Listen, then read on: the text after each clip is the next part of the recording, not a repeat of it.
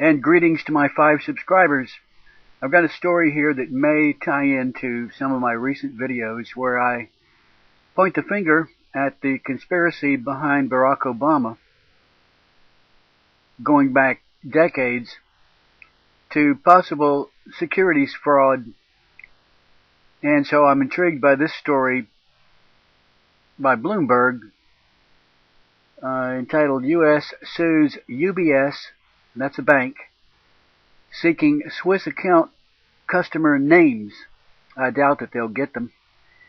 The U.S. government sued UBS AG, Switzerland's largest bank, to try to force disclosure of the identities of as many as 52,000 U.S. customers with secret Swiss accounts. The lawsuit, filed today in federal court in Miami, alleges that 32,000 accounts contained cash and 20,000 held securities, according to the statement. U.S. customers failed to report and pay U.S. income taxes on income earned in those accounts, which held about $14.8 billion in assets in the mid-2000s.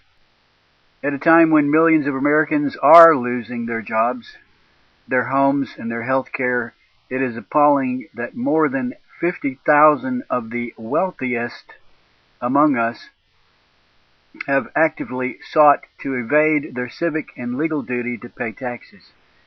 Hopefully it says the U.S. government. Maybe we'll get down to the story. We'll see exactly who is suing. And hopefully they have more exciting charges rather than just tax evasion. It could be that tax evasion is the only thing they can charge them with.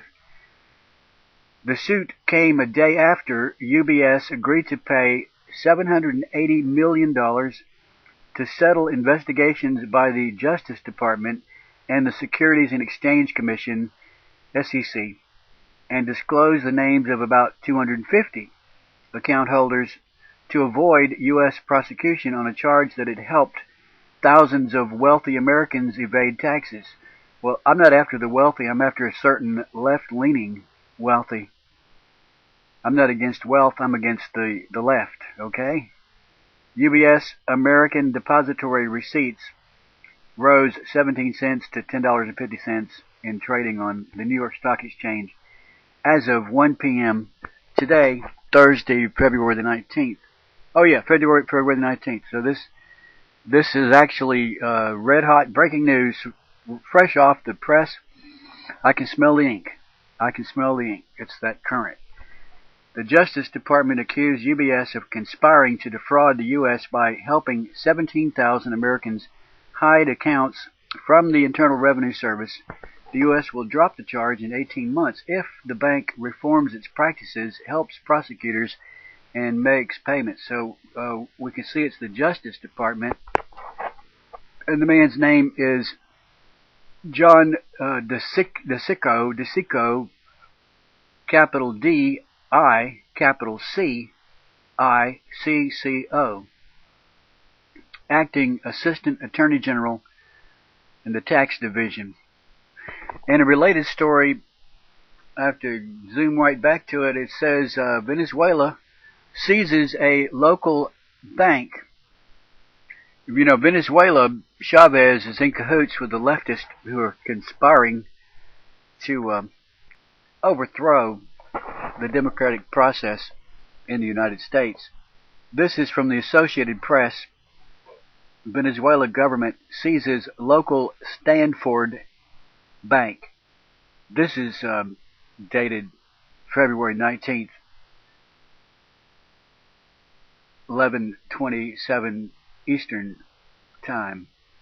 Today, Venezuela's government, that's Chavez, is seizing a bank controlled by Texas financier R. Allen Stanford. Okay, so it's a bank belonging to Stanford. R. Allen Stanford. After panicked investors withdrew at least $26 million on news of fraud charges against him. Stanford Bank S.A. will immediately be put up for sale, and the government will back deposits. according to Venezuela's finance minister. The government is assuming total ownership of Stanford Bank S.A. and is expected to receive the proceeds of the sale, a bank spokesman told the Associated Press on anonymity because she wasn't authorized to speak. The takeover and sale were approved by the bank's board, which was meeting with government regulators to coordinate the handover. Some groups have already expressed interest in acquiring the bank. Stanford Bank branches across the country were temporarily shut Thursday after a decision by the government and bank directors in order to facilitate the takeover. It was unclear how long the offices would remain closed. The bank's board asked regulators for government help late Tuesday, suggesting an open intervention, quote unquote, an open intervention, including the possibility of the government or a state-run bank depositing funds to back deposits. Hugo Faria, F-A-R-I-A, one of the bank's directors, told the AP. The decision to intervene follows a run on the local equivalent of $26 million, about 12% of the bank's Venezuelan deposits early this week, according to the country's banking superintendency. The bank, which said it has 14 branches and 15,000 clients in Venezuela, reported total deposits at 473 million bolivars, or $220 million. Depositors across Latin America and the Caribbean have rushed to withdraw savings from Stanford-controlled banks since U.S. regulators filed civil fraud charges and froze assets of 3 Stanford companies on Tuesday, including an offshore Antigua-based Stanford Bank International, which has affiliates in Mexico, Panama, Colombia, Ecuador, Peru, and Venezuela. The alleged fraud involves a pattern of secrecy and promised improbable returns on certificates of deposits, among other things, according to the SEC. The Venezuelan banking industry supported the takeover of Stanford Bank S.A. in order to protect depositors and because, quote, there is no shareholder to talk with, said Victor Gill, president of the National Banking Council. He said the bank's downfall is a unique case that is not connected to the rest of the country's financial system. A group of wealthy Venezuelans also holds $5.2 billion in assets in Stanford International Bank in Antigua, but their investments are outside the purview of Venezuelan law and will not be protected by Caracas. Banking Superintendent Edgar Hernandez said Wednesday. That's yesterday. Those dollar accounts were opened in Venezuela through an independent office affiliated with the Antigua Bank. Currency controls imposed by President Hugo Chavez in 2003 limit the amount of foreign currency that Venezuelans can obtain, but inflation of more than 30% gives Venezuelans a strong incentive to save abroad in dollars or euros.